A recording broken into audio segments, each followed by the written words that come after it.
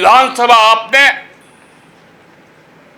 सैन्य बल से कब्जा कर लिया, ना कि जनबल से किया। हम वो फल हैं जो विपक्ष का जो ब्लड है उसका प्लेटलेट्स बढ़ाएगा और प्रतिरोधकता क्षमता बढ़ाएगा। आप हमारा आगे का रोल देखिएगा। चुनाव जीतने के लिए भारतीय जनता पार्टी ने 2.5 लाख सेना के साथ साथ जो सबसे बड़ी प्रीमियम एजेंसियां हैं, सीबीआई है, ईडी है, एनआईए है, आईटी है, बहुत अल्पकालीन अभियान में हम यह दावा कर सकते हैं कि हमने वहां पर अपना पांव के छाप छोड़ दिए। हमारा फुटस्टेप वहां पर अब रजिस्टर्ड हो गया और महाप्रभु इलेक्शन कमीशन ऑफ इंडिया है, क्योंकि पहला बार इस देश में एक ऐसा वोट हुआ है जो सरकारी तौर पे जेन्युइन वोटर को नकारते हुए हुआ है। यह अवैध वोट है, पश्चिम बंगाल का वोट। यही 29 लाख का फर्क आएगा। मैं आज भविष्यवाणी करके जा रहा हूं जब तक चुनाव नतीजे नहीं आए, क्योंकि ये अवैध निर्वाचन 2026 में इस देश के, हमारे देश के 5 राज्यों में विगत माह 23 तारीख और 29 तारीख को 2 चरणों में 5 राज्य विधानसभाओं के चुनाव हुए। अब तक के जो परिणाम है वहाँ स्पष्टतः 3 राज्यों के परिणाम सामने आए हैं। एक पुडुचेरी में, जहाँ एआईएडीएमके और उनके सहयोगी फिर से सरकार बना रहे हैं, उनको भी बहुत बहुत अभिनंदन। केरला में एक बहुप्रत्याशित जो आशंका थी वो सच साबित हुई और कांग्रेस के नेतृत्व में यूनाइटेड डेमोक्रेटिक फ्रंट 2/3 से भी ज़्यादा मेजॉरिटी लाकर सरकार बनाने का काम करेगी। अब कांग्रेस पार्टी को निर्णय लेना है कि उनके मुख्यमंत्री कौन होंगे। उनको भी बहुत बहुत अभिनंदन। केरल के लोगों को भी बहुत बहुत आभार और अभिनंदन। आसाम में के भी चुनाव के नतीजे आ गए। वहाँ पर जो पहले से तय था, क्योंकि जिस प्रकार से आसाम के अंदर में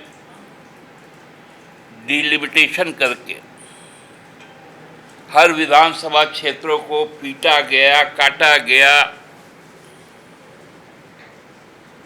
छांटा गया और जो नतीजा आना था वही नतीजा आया। आसाम के लिए इस बार हम लोगों ने पहली बार वहाँ पर चुनाव लड़ने का काम किया।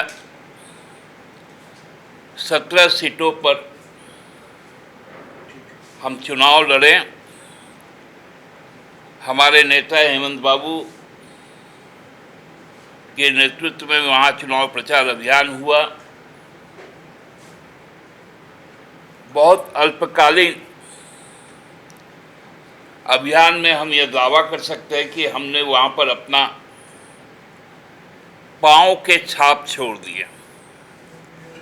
हमारा फुटस्टेप वहाँ पर अब रजिस्टर्ड हो गया मात्र 17 सीटों में चुनाव लड़कर लगभग 1.5%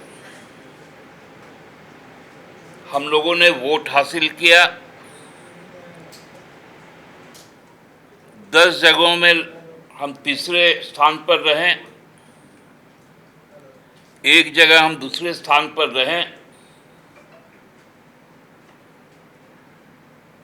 और अब वहाँ के आदिवासियों के जो संघर्ष है उस संघर्ष को अब आगे बढ़ाने का काम हम लोग करेंगे।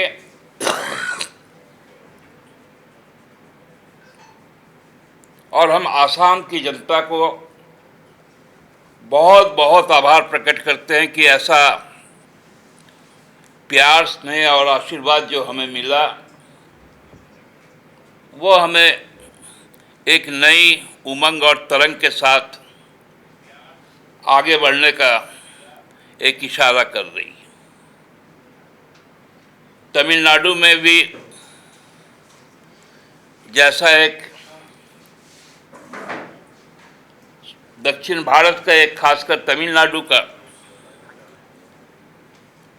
और आंध्र प्रदेश का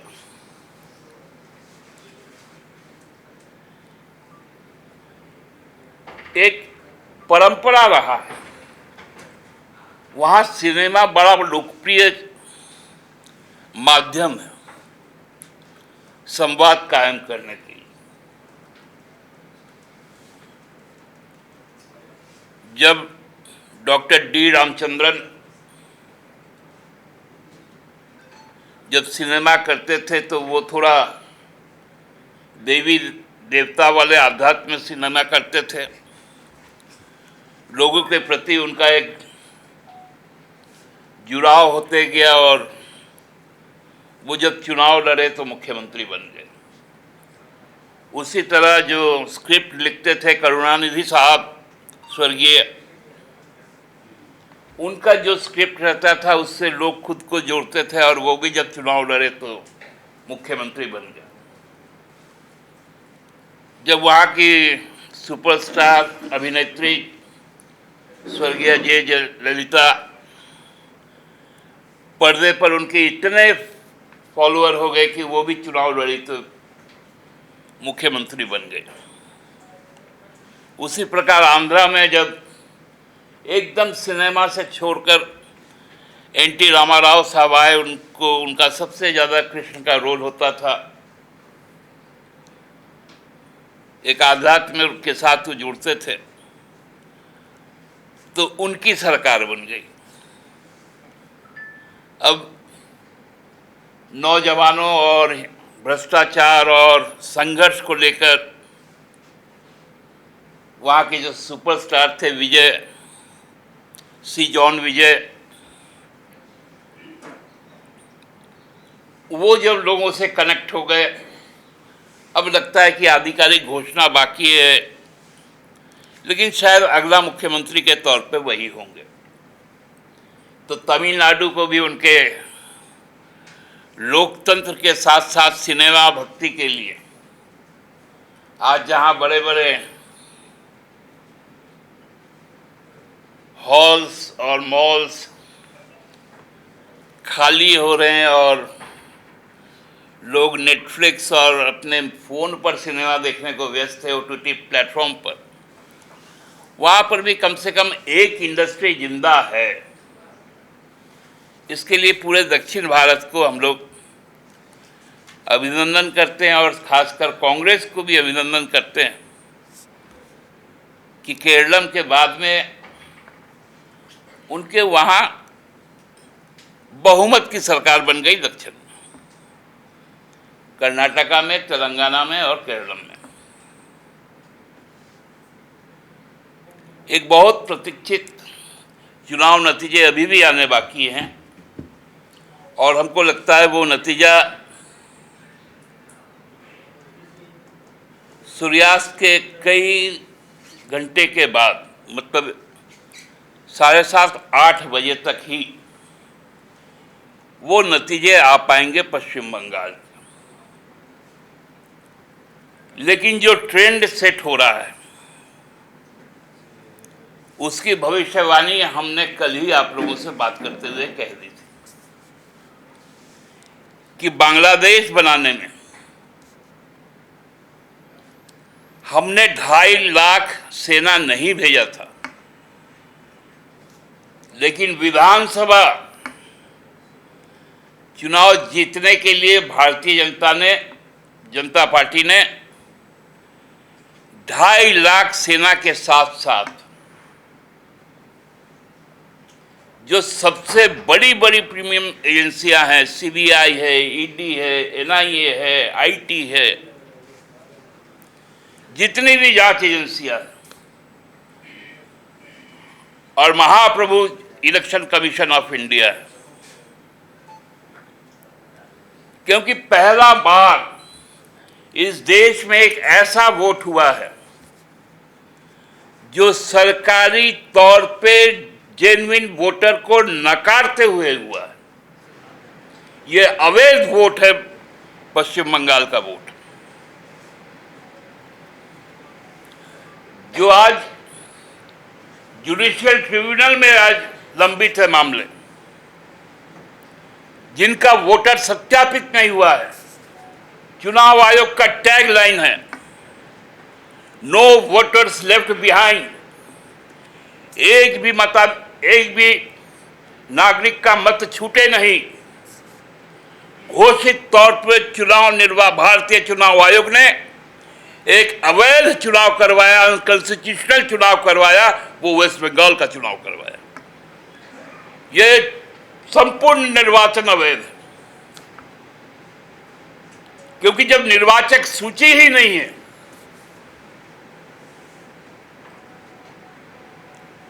29 लाख लोगों को आप न्यायाधिकरण के अंदर में रखे हैं,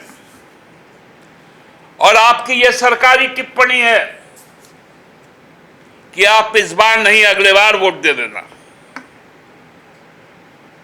वोटों का अंतर आप देखिएंगे जब कुल नतीजे आ जाएंगे,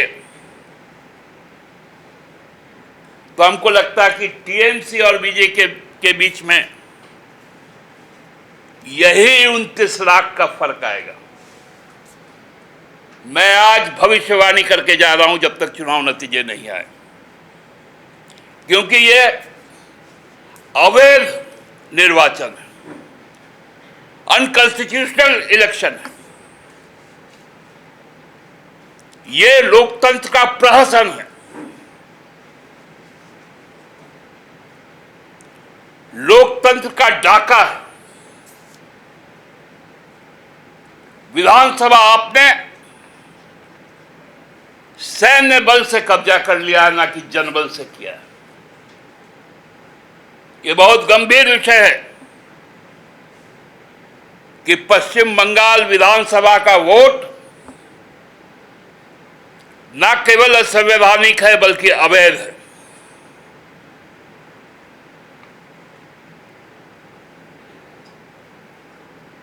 मुझे नहीं मालूम नतीजे क्या आएंगे, लेकिन नतीजे लाने का जो प्रयास हो रहा है वो आगामी दिनों में ये भारत का संविधान रहेगा या नहीं रहेगा, इसको तय करेगा। यही मेरी प्रतिक्रिया थी। आप सबको बहुत बहुत धन्यवाद। नहीं, देखिए, केरला में तो उनका शानदार वापसी हुआ, और जहां तक हमारा सवाल है, देखिए, जब भी ब्लड में प्लेटलेट्स कम हो जाता है ना, उपेंद्र जी ज़्यादा मेडिकल कवर करते हैं, तो डॉक्टर्स कीवी खाने को कहते हैं। उसका जो ऊपरी हिस्सा है ना, थोड़ा थोड़ा भूरा भूरा रहता है, लेकिन जब काटिएगा ना तो अंदर में हरा निकलता है। तो हम लोग के चारों तरफ जो भूरा भूरा हिस्सा आ गया है, वो भूरा भूरा हिस्सा भी है और बुरा बुरा हिस्सा भी है। तो विपक्ष का प्लेटलेट बढ़ाने के लिए हम ही काम आएंगे। क्या लगता है कि बिहार में अगर कांग्रेस साथ हो, टीएमसी के साथ होते या टीएमसी कांग्रेस के साथ होता, ये जेएमएम कैसे तय करेगा?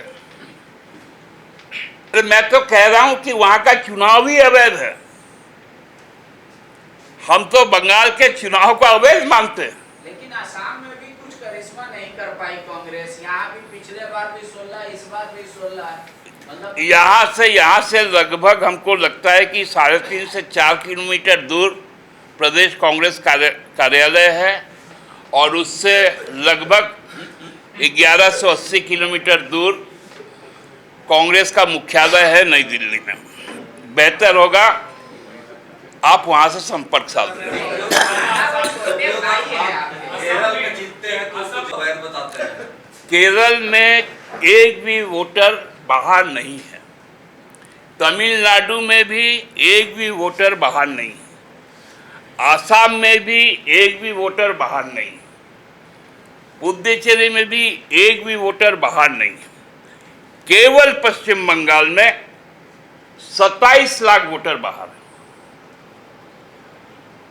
वो न्यायालयीकरण के अंदर में।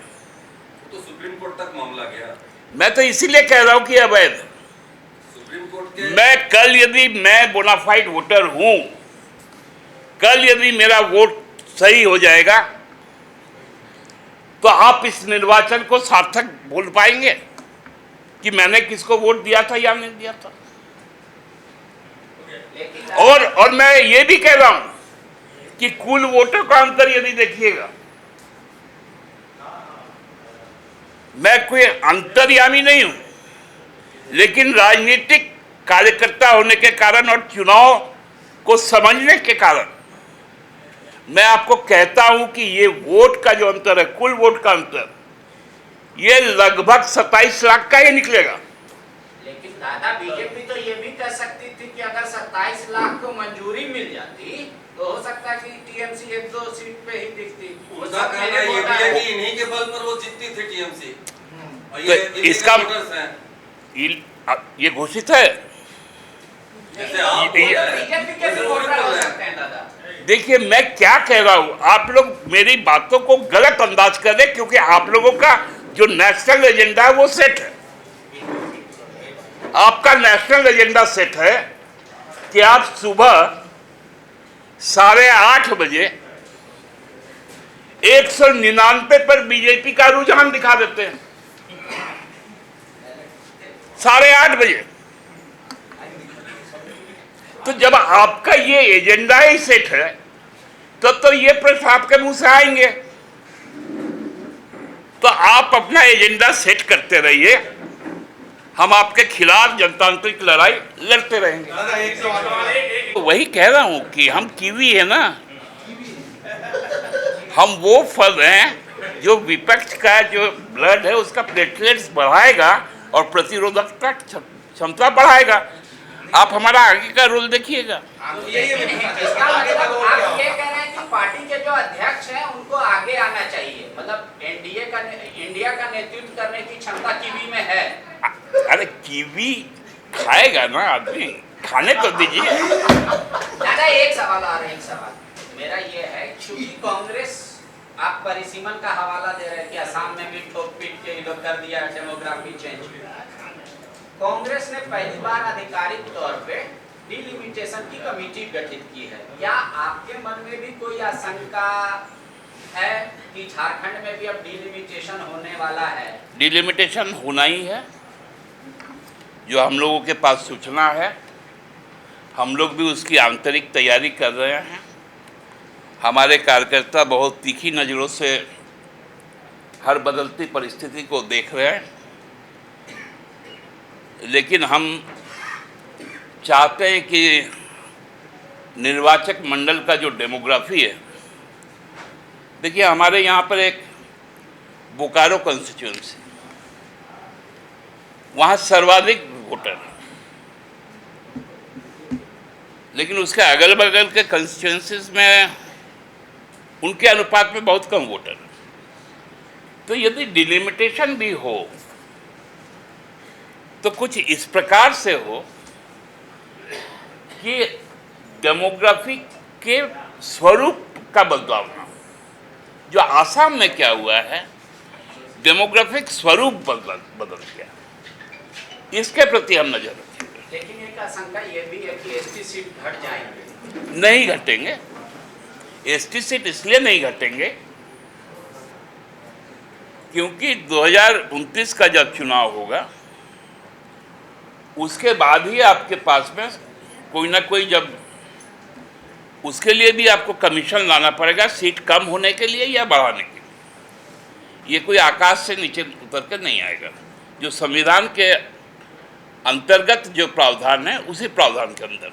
गोल, जहां 27 वर्षों के सफर में 17,000 से भी अधिक छात्रों ने डॉक्टर एवं इंजीनियर बनकर भरे सफलता की ऊंची उड़ान, जहां साधारण छात्र भी झारखंड टॉपर्स बनकर बना रहे इतिहास। दूरदर्शी शिक्षाविद श्री विपिन सिंह के मार्गदर्शन में मेडिकल एवं इंजीनियरिंग के लाखों छात्रों के लिए आशा की किरण के रूप में गोल, नेशंस लीडिंग इंस्टीट्यूट। प्रतियोगिता परीक्षा की तैयारी का एकमात्र संस्थान NIBM banking, SSC, railway, JPSC परीक्षा की करे तैयारी। जौहरी का भूमिका ये संस्था अदा कर रही है और हीरा चमक रहा है। पूरे NIBM परिवार को मैं तहे दिल से धन्यवाद देती हूँ कि उन्होंने अपने कुम्हार के रोल को बहुत अच्छी तरह से निभाया। मेरा सिलेक्शन IBPS CSA में बैंक ऑफ महाराष्ट्र में हुआ है। करंटली मेरा RRBPO में हुआ है। मेरा सिलेक्शन बैंक ऑफ इंडिया में एज ऑफिसर स्केल 1 हुआ है। मेरा सिलेक्शन इंडियन ओवरसीज बैंक में एज PO हुआ है। NIBM झारखंड का एकमात्र संस्थान।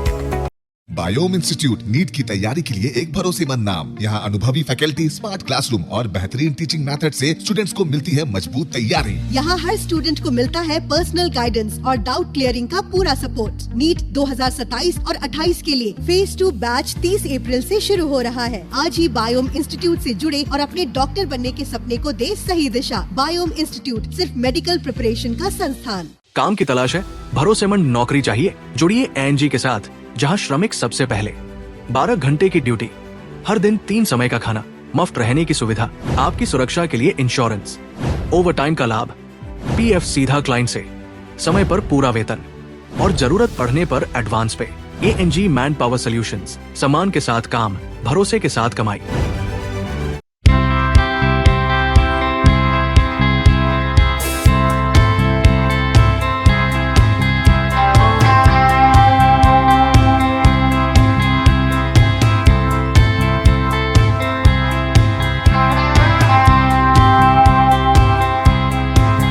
हार्ट का प्रॉब्लम हो गया और सडनली हो गया, अचानक हो गया। तो Jeevan Jyoti super specialist hospital में एडमिट करके इनका एंजियोग्राफी कराया। एंजियोग्राफी करने के बाद वो अपना रिपोर्ट दिया कि इनका 95% प्लस ब्लॉकेज, स्टेंट से काम नहीं चलेगा, इनको बाईपास करना ही पड़ेगा। तो कबीर हर्ब है।